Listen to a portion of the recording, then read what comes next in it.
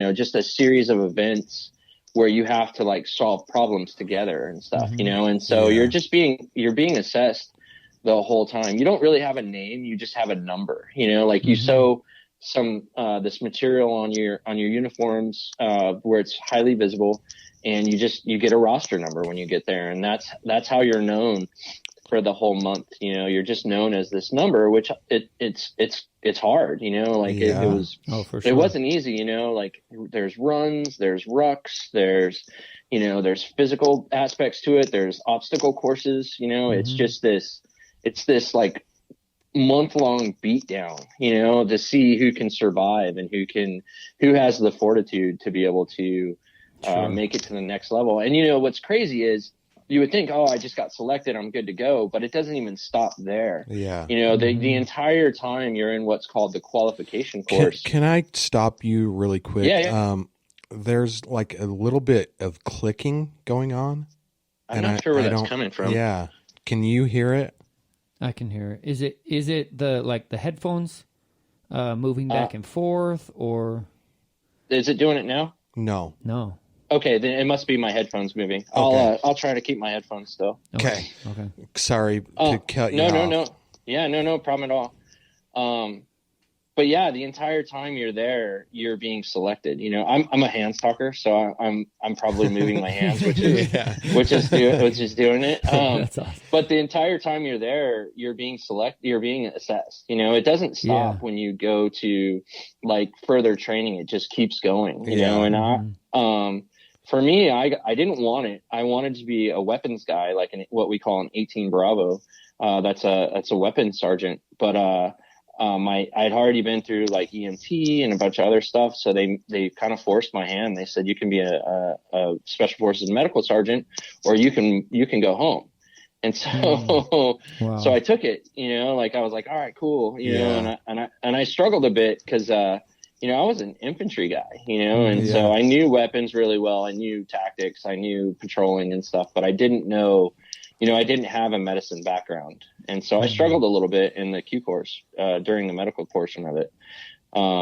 But, you know, I endured, and I took my licks, you know, and had a low GPA. I had a kind of a low GPA in the beginning, and had to do like extra work and had to do like study halls and stuff like that. But eventually, you know, it clicked, and I was able to, you know, be a medical sergeant. Yeah, that's really awesome. That is cool. And so, yeah, thank you for your service. And it was my honor. Yeah, it was totally my honor.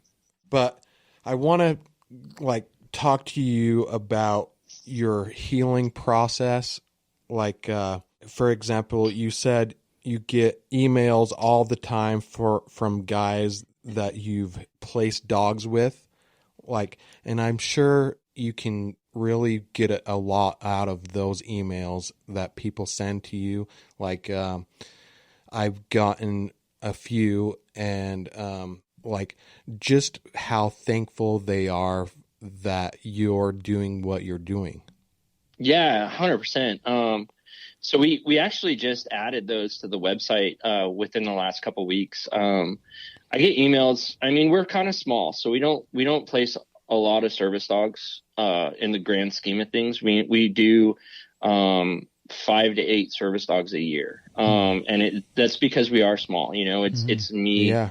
It's me and my wife doing this. You know, like so. So you're the CEO or the founder? I'm the founder, the operating officer, and I have a really strong board of directors, and I knew my limitations in that, so I picked my buddy, who's a true through and through businessman, to be the CEO. That's smart. And you know, like, I know my limitations. I know. I'm sure that took some humility to, like, what you think about when you think about a owner of a company is typically the CEO. So I'm sure that took some humility to not give yourself that position. No, dude, I'm the first to tell you, if I'm not good at something, that I will seek out those that are. You know, and I'm really good with the dogs. I'm really good with being the face of this nonprofit, and getting in front of people and using my dogs to show people what we're doing. What As I'm not examples. good at, is I'm not good at, business plans. Yeah. I'm not Right, good at right. applying for grants. I'm not good at, but I surround myself with people that are good at those things. But that your what your weaknesses are, and you adapt. Exactly. Yeah.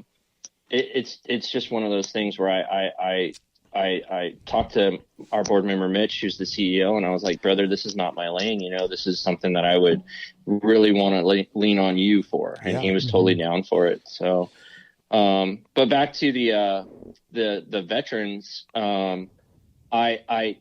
I love these guys and I love corresponding with them. And I text the guys that we've placed dogs with, on a regular basis. And so, when they are ready, to write a letter saying, hey, this is what this is what I'm getting out of the dog. Yeah. I asked them, I'm like, hey man, would you be okay with our social worker redacting any information that would out you personally? And can I put this on our website? And I don't ask, like if they're like, oh, I don't want to be outed, then I 100% back off. But some of these guys are so cool, and they understand that there's a healing to it. For sure. So we've got 3 stories up on our website from guys that we've done dogs for. And what's your website? Yeah, what is the website? Yeah, it's a Second Chance Canine spelled out. So just Second Chance spelled out, and then K as in kilo 9.com. And then if you click on the stories tab, you'll see what the impact that the dogs had on these guys. That's awesome. Yeah. And do you dogs for people outside of where did you say you live? Nashville? Yeah, we do it nationwide. Okay. Like right now we're working with a guy who's a former Marine, and we're working with him, and he lives in Washington State. Oh. And so what we'll do is when I get a guy who applies for a dog, unfortunately right now we only work with special operations because we're very small. Yeah. And so we're really working with mostly like a male demographic right now. But as we grow and as we can hire people, we want to expand that to like EMS and police officers. Yeah. Cool. Yeah. But right now, when we work with a guy, because it's all guys in special operations, we ask them, we ask them to fill out an application, then I correspond with them a bit, and then our social worker comes into play, and we do an interview together with them via Zoom, where I ask, the canine specific questions, she asks the mental health questions, and that's when her and I come together and we decide if this guy's number one, if it's a good fit. Yeah. And if he's ready for it, because there's a lot of guys out there that are not ready, Sure. whether it be like dependency or just levels of depressions or even functionality, like Right. if someone's having a hard time functioning, it's hard for us to justify giving them a dog when the dog might be not taken care of, so, but we're working as far away as Washington State. That's cool. What we'll do is I've interviewed him, so I kind of have his personality in mind, and I've got a dog that I feel like would match with him very, very well. And so I've been training her for about 6 months, and I will fine tune her though based off of our interview, like the things that he does every day, the places that he works and stuff like that. So I'll take all of that into account when I'm prepping her to go to him as a service dog. And so will he have to come to Nashville, or will you just ship the dog, or how does that work? It's a hard one. Because we don't have a facility like we'd like right now, we're working with an architect to design some kennels with an apartment above it, so that when we do buy some property, awesome. the veteran, cool. when the veteran comes out, he can stay with us and train, because I really think there's a bonding process that I'd like to kind of help them with. There's like a 10-day bonding period, where the dog is still looking to me, but like I transfer that bond to the veteran. So he'll definitely have to come out. We try to help them out with that as much as possible. It's it's not always in the cards for us. We're a small organization. We don't fundraise that much. We need to fundraise more. It's just a time thing, you know? And so what I've kind of thought, like brainstormed on, is if they will start a GoFundMe, you know, and I will totally support them in the GoFundMe, but it can cover their travel, you know, stuff like that. And they can take charge of it. And that way I don't have to like write them a check for plane tickets and stuff. The other thing is if they do it on their own GoFundMe, like they can tell their friends and stuff like that. So it would be more likely for them to get the money they need.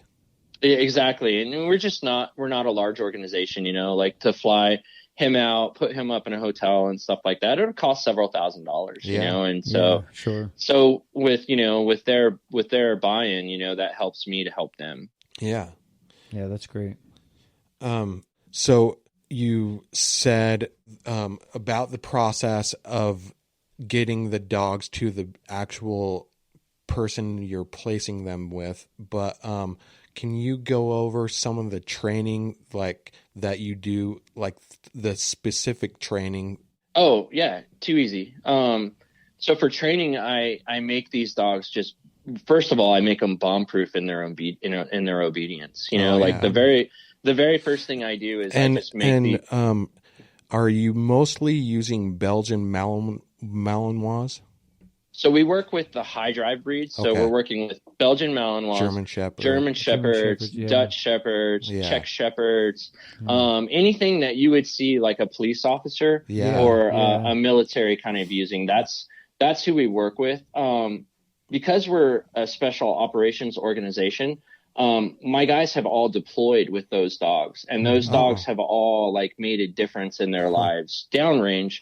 So, but people kind of argue with me. They're like, "Oh, well, those dogs are not good service dogs," and I'm like, "Well, you know, like with the right obedience, they might be the best service dogs." Yeah. Well, and the other thing too is you have to think about the veteran or your audience. You know, like if you have a special operations guy who has, I don't know, say 10 deployments with a dog, you know, he feels like this dog has his back like no other. And you know what I mean? Like, how does buying that dog work? Like, we don't buy. We are a rescue at heart. Okay. And so what we do is we rescue, which makes ultimately my life harder. Sure. If we did puppies, it would be too easy. Yeah. Because I could expose them when they need to be. Yeah. I could train them up. Get them the right kind of training. Yeah. Yeah. So what we do is we're a rescue. So we rescue these dogs off the street. Like we work with the local pounds. I kind of creep in a bunch of Facebook groups where people are like giving up their dogs, you know? And I creep in there. Like I just kind of hide and snoop. I don't say a whole lot, but then when people are like, "Hey, I need this dog out of my life. It's destroying my house." I'm like, I jump in and I'm like, "Hey, that just, your dog's just misunderstood," you know? And so we find, and we work with several breeders as well that will, instead of like, cause they're very ethical breeders and they don't want, faults that the dog might carry, being, passed down. So they normally would either have like the choice of putting it down or, you know what I mean? So we scoop it, we go in and we scoop those dogs up as well. And we're like, "Hey, you know, we promised we 100% fix every single dog that comes through our program. So this dog's negative traits, will not be passed down." That's gotta be hard. I have a German Shepherd and he's older. I actually got him and cranky. I actually got him from a place called Canines with a Cause, and he was an emotional support dog for a kid that was addicted to drugs. And so but then I don't know what happened or anything like that with the kid, but eventually when Hank was 4, he was adopted by this Canines with a Cause, and he was placed in the so they what they do is they normally, like at the prison, at the female prison, they train their dogs there using the females that are in prison. And but Hank was on the